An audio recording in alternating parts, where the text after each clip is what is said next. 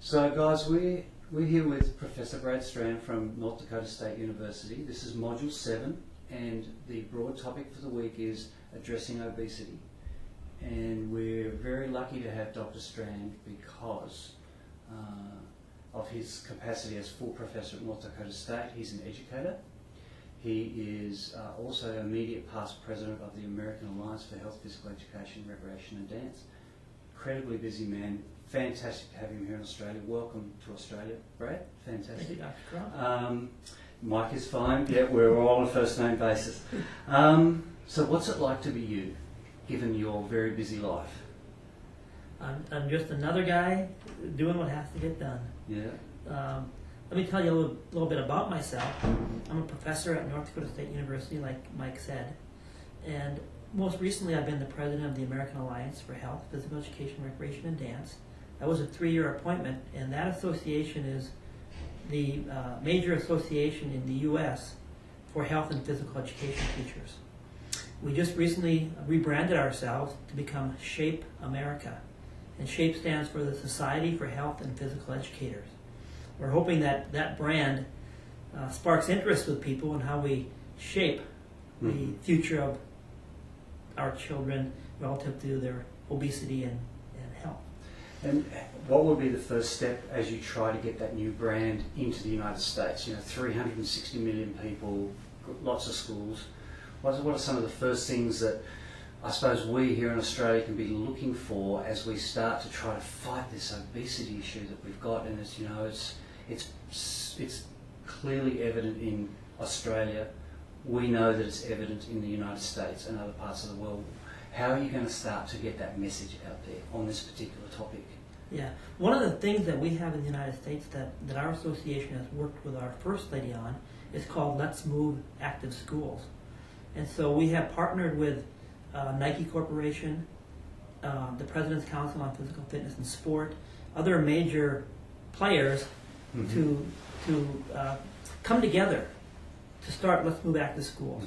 And I think because of that connection with Let's Move Active Schools, SHAPE America will get a broad announcement across the United States that this change has happened. So that's how we'll start. It's just using our major program, our major initiative, Let's Move Active Schools, to get the information out about the name change. And then we'll have to depend upon our teachers and coaches in our public schools to buy into the name change and start sharing it within their entities, their communities, and with their people. Yeah. You mentioned about Nike, and I know we're all in this class. We're all very interested about how did you engage Nike, because they tend to just sponsor Tiger Woods and all these really other famous athletes, and at the top of the pyramid, if you will, in terms of sports. How did you get them interested in this issue? What's in it for them? How did you sell that to Nike to say, and they said to you, Brad, we're in? That's a very good question.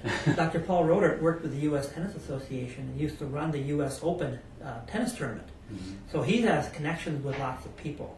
And through his connections with the Nike folks, he was able to engage them. They are interested in youth fitness. It's their future, keeping kids active. And so I think just through Paul's contacts with the White House engaging with us, you get some leverage. So you're saying, you're talking about the White House, and you've got the First Lady Michelle Obama on board on this. What is she doing to help get the message of SHAPE out there? Is she doing like messages to community through public broadcasting networks, or through NBC, CBS, and some of the other big television providers in the United States? Yeah. Well, let me back up a little bit. And about 4 years ago, Michelle Obama initiated what's called Let's Move. And that was to try and engage more kids in physical activity in the United States, to change their dietary habits and social well-being. Our association then followed up with that with a program called Let's Move in Schools. And we became pretty successful very quickly and started getting some gravity. So last year, the White House called us and said, we'd like to talk. And so we got together and came up with one program called Let's Move Active Schools. Mm-hmm. And our association then will be the deliverer of that program. Michelle Obama has done PSAs on the need for being physically active. PSAs? Public service announcements. Yeah. That are broadcast nationally on internet type things also. Mm-hmm. PSAs on physical activity, Mm-hmm. physical education, engaging in sporting activities, eating healthy diets. At the White House, they have a nutritional, they have a garden that they use to feed their family. Okay, like an organic garden. Organic garden, yes. And Like so, back in the day. yes, Yeah, and so they yeah. bring kids in to help with some of the gardening and just the promotion of healthy eating. Mm. Well, one of the cool things that happened when the White House and AFERD, American Alliance, were going to announce this partnership, we met in Chicago, and there was a big announcement, and I had an opportunity to be at that announcement, and you asked how do we get this message out there? Well, at that announcement was Serena Williams, Gabby, little gymnast that had just won the gold medal for the USA. Mm-hmm. Colin Kaepernick, quarterback for the San Francisco 49ers, who had just come out of the Super Bowl. Mm-hmm. Bo Jackson, professional football player, Nike rep, Just Do It. Mm-hmm. People like this Yeah. that were there promoting the importance of physical activity, physical education. And so we're using those big name athletes to get the message out there. Let's move back to schools. So would it be, are they called like ambassadors for SHAPE?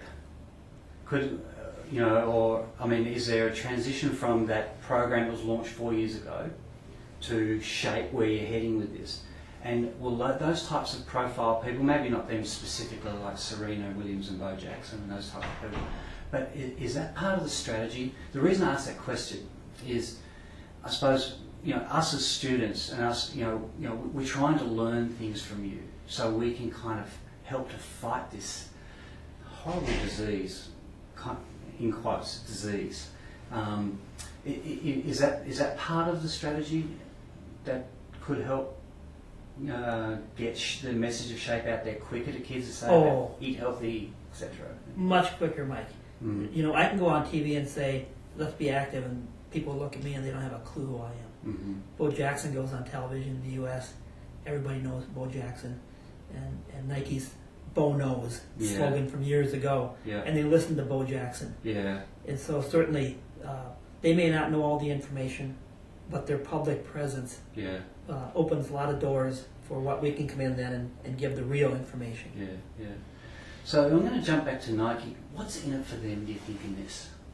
What's in it for them? Because this normally it's just been, you talk about Bo Knows, and there's lots of promotion, Bo Knows, football, Bo Knows basketball, Bo Knows baseball, because he's this amazing athlete who could do anything, and he was really good at it.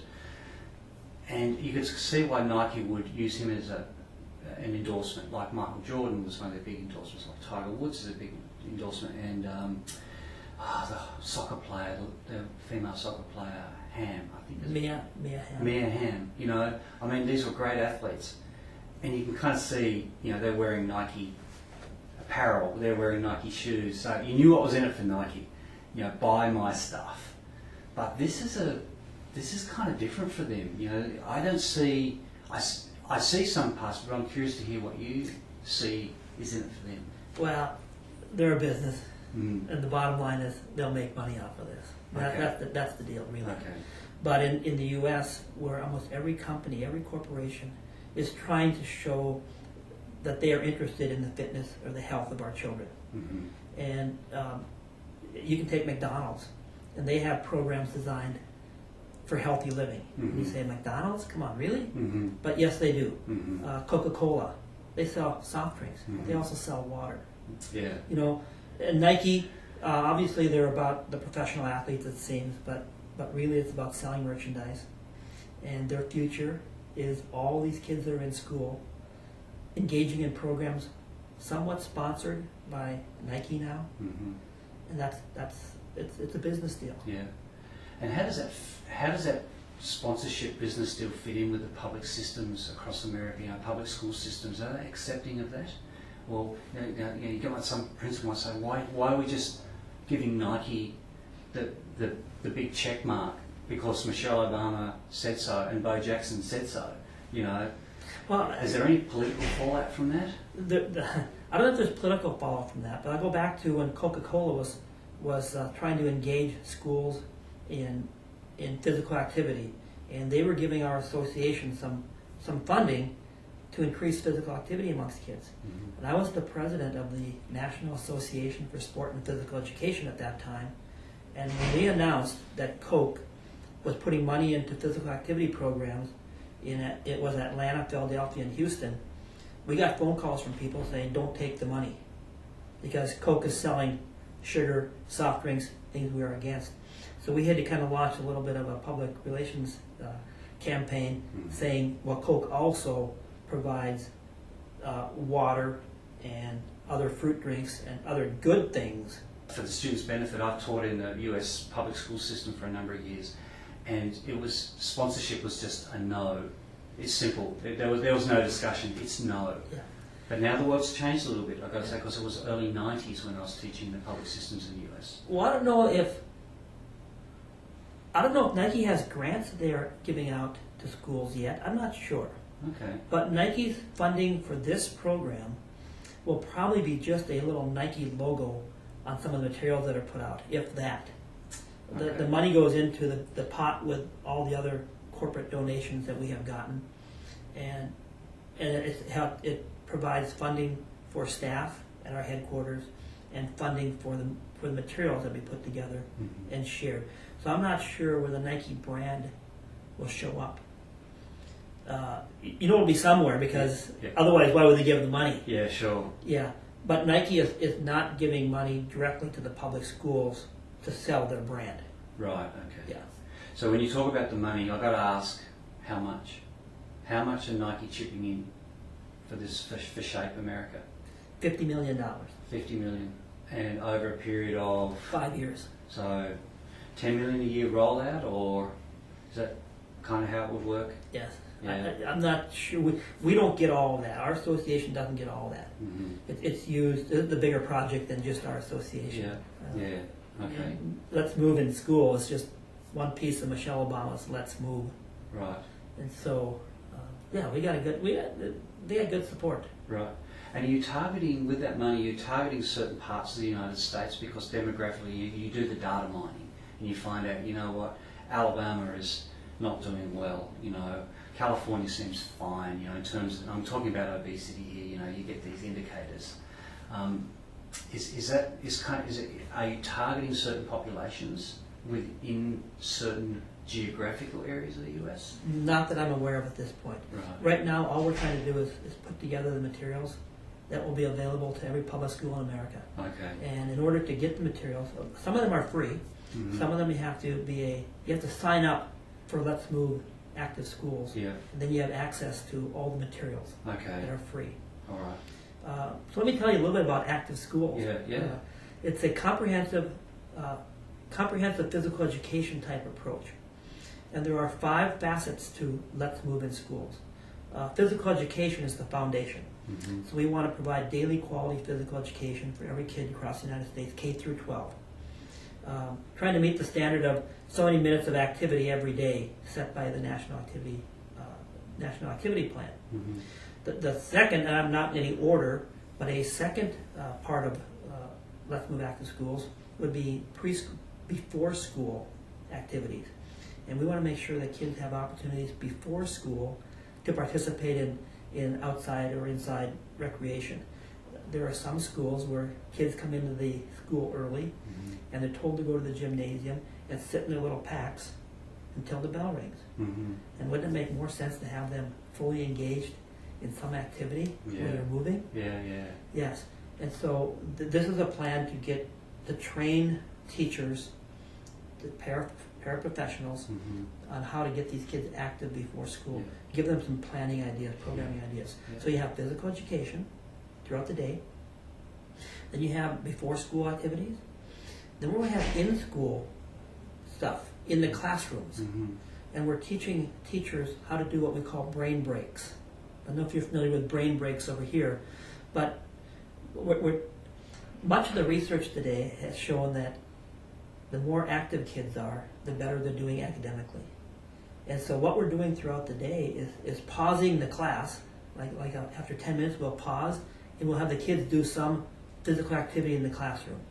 Right. A brain break. Yeah. And it might take a minute, it might take 2 minutes, Yeah. and then they're on to their schoolwork again. So we're teaching teachers how to build brain breaks into their lessons Okay. that are used throughout the day. So physical education, before school activities, in school, brain breaks, Mhm. kind of activities. Then we have after school programming. Mhm. And when we go back again, in school would also include recess. And we want to teach teachers how to teach active recess. And, I don't know if we have recess in Australia. Yeah, we do. You have recess. And the kids go outside and some play and some sit and talk. Mm-hmm. And they're kind of on their own to do whatever they want to. And that's good in some ways. Creativity is developed. Yeah. But we want to teach the providers of the recess, the ones out there supervising, how to get all the kids engaged in physical activity. And it's not a structured program, Mm-hmm. but those that are sitting off to the side, let's get them up walking and talking Yeah. rather than sitting and talking perhaps. Yeah. Yeah. So we got before school, we got during school, we have physical education, and what's that leave? Well, after school. Yeah. So we want to increase after school programming for kids with intramural activities, or in the U.S. we have boys and girls clubs that operate after school. Yeah. We have extramural sports Yeah. after school, Mm-hmm. and we want to get kids involved in more and more of those kinds of things. Mm-hmm. And then the fifth component would be the community involvement, Yeah. Okay. and trying to get, it's bigger than just the school. We can't solve the issue. Sure. We have to get the parents involved. We need the community involved. Yeah. So this whole program, comprehensive school physical activity, it's all those activities, and so that's what Let's Move Active Schools is really about. Yeah. And we're providing resources in all 5 of those areas for teachers to then take back and Wow. use in their schools. So they're already practicing certified teachers? Yes. Yes, you're targeting them to get this message out there? Yes. Yeah, okay. Let me share this too. In the university where I'm at, North Dakota State University, where Mike also taught, Mm-hmm. we've developed a program. We have 3 colleges in our area. Oh, we have a program in our school called Schools Alive. Mm-hmm. And it's based off a program in our community called Streets Alive. In the summertime, we shut down 3 miles of city streets. And the only way you can move throughout those streets is by foot or by bike or by stroller or no motorized vehicles. And it's kind of a 4-hour party. Oh, yeah. And throughout those streets, there's healthy food vendors and there's physical activity and teachings of different kinds. Okay, so we took Streets Alive, and now we have Schools Alive, and we are training the physical education majors to go out into the schools and do Let's Move Active Schools. Oh, wow. So our university programs have adopted elementary and secondary schools in which we go out there and train these people. Mm-hmm. We're also training paraprofessionals on how to do recess. We're training the teachers on how to do brain breaks. Yeah. Okay? So we have kind of a model program going in our community right now that could be a model for the whole United States on how to engage so many different groups in selling Let's Move Active Schools. And our city has won awards for our being such an active city. Yeah. And so we're doing our part to try to fight the obesity crisis, and we have a great model. Yeah. And that sounds like something that we could really learn from you, because it sounds like it's successful and it's working, and as we all know, Australia's got this issue with obesity. I think one thing would help the students for this BMA 112 unit is to describe the typical school day for like a freshman in high school, so grade 9 student or a 9th grader, because I think our school days are a bit different. I think our school hours are a little bit shorter. But maybe describe like your sons, Ryan and Logan, and what their typical school day. Yes. And I think that might help us understand a bit better about how you're integrating, the Active Schools program and trying to get people involved and support it. Yes. So my 2 sons are a freshman and sophomore in high school, grade 9 and 10 Mm-hmm. in Australia. Mm-hmm. So the 9th grader, his school day starts at about 8:50.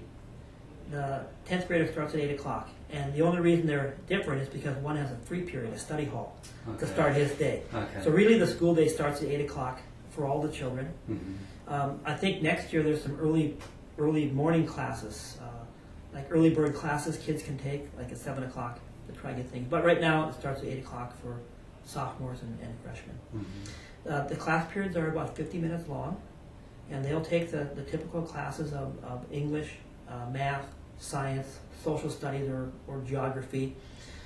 There is a required two credits of physical education. So at the freshman year, all the freshmen have to take a physical education class, Mm-hmm. and then they have to get one more credit later on through their school year. Can you just describe the concept of credit? Like what a credit is? Okay, in order to graduate from high school, students have to accumulate 21 credits, and each class they take is worth 1 credit. So when you're a 9th grader and you take a math class, that's 1 credit. It goes the whole year long. Mm-hmm. If you take a class that's music, it might be half a credit and only go for half the year. Or health Mm-hmm. class is half a credit. Mm, okay. So you have to have 21 credits in order to graduate from high school. Mm-hmm. Okay? Okay. So the school day, then you have a noon break of about 20 minutes in which you have to kind of force feed yourself to get it done in time to get back to your class. Mm-hmm. The school day ends at about 8:40. I'm sorry. The school day ends at about 3:45, and then for those kids engaged in school sports, their practices then begin, Mm-hmm. and they'll practice their sports until about 6 o'clock. Mm-hmm. Then they go home and do their homework. Yeah. You said lunch is only 20 minutes. You recess, the kids get to go outside, right, and just do. But lunch is 20 minutes. So that I get this picture. Well, I know the picture. They go into the cafeteria, they sit down and eat, and they're back to work, so to speak.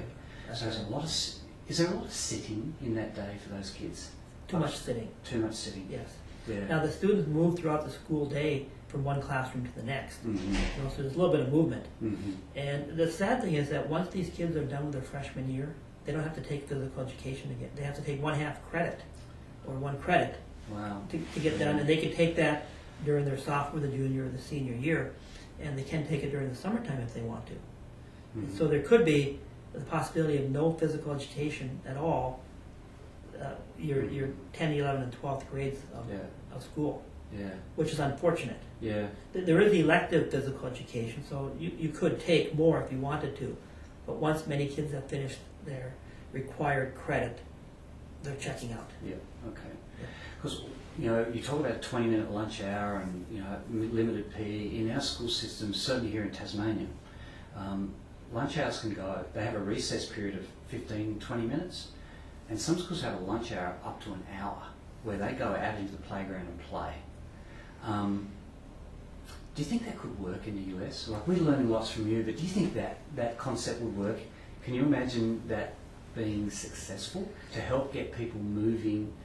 They might just go and throw the American football, or shoot some baskets, or even sit around and talk, but at least they're just getting away from the classroom environment. Would that work in America? Well, in the elementary school, the kids oftentimes have a little more time during the noon hour to play. Mm-hmm. But in high school, it's about the 20 minutes there. Mm-hmm. But what you just described is what I experienced many, many, many years ago as an elementary school student, where we had 1 hour, we had a noon hour. And if you can eat your food in 10 minutes, you have 50 minutes of playtime. And so for us that wanted to play, Yeah. we took that food down pretty quickly. Yeah. We're not going back to that way again, unfortunately, in the U.S. We're going the opposite way. And kids are losing more and more of their noon hour. And so it's down to about 20 minutes to eat, get to your classroom, and carry on the day. Mm-hmm. And I think that just comes from the academic requirements that schools are facing. Right. We have to meet certain standards. We had a program called No Child Left Behind in the United States. Mm-hmm. And every teacher is charged with meeting the outcomes. Mm-hmm. And so you have to keep them pretty engaged. Mm-hmm. And every year there seems like there's more knowledge that needs to be taught, more technology that needs to be taught. And so you got to fill that day with those kind of things. Mm-hmm. And the research on academic achievement and physical activity would suggest that we'd be better off having these kids engaged in more physical activity and perhaps less in the academic realm, and their scores are going to be just as good. Yeah. Yeah. Okay. The physical activity is just going to stimulate the endorphins in the brain, and they just perform better. So given all of that, and just finally, and given that it looks like Australia and the United States have this disease that I'm calling it, this obesity issue, and how we can try to address it, and how you can use us as students in this session, what would be, in summary, a couple of things that we can take away from this talk to try to integrate some of your learnings that we should integrate here into our society in this country? Mm-hmm. You know, I don't know everything that's going. I don't know hardly anything that's going on in Australia or Tasmania relative to public policy and obesity efforts. I like the idea that we have with Let's Move Active Schools. Mm-hmm. When we initiated that 4 years ago, I don't like to take credit for it because I'm just one person. But it was during my campaign year for the presidency of AFERD that I stood before the Alliance Assembly giving my speech, nomination speech. That was about 2,000 people, wasn't it? It was about in front of a lot of people, yes. And during that speech, I made a comment. Imagine the impact that we could have as a profession if we had a national program, a national initiative that we could implement in every state across the United States. We said we've never had that before. Just imagine the impact we could have. And I went on with my speech. Later on during that annual meeting, somebody made a motion that that the president put together a committee to look at the development of a national initiative to do what I had suggested.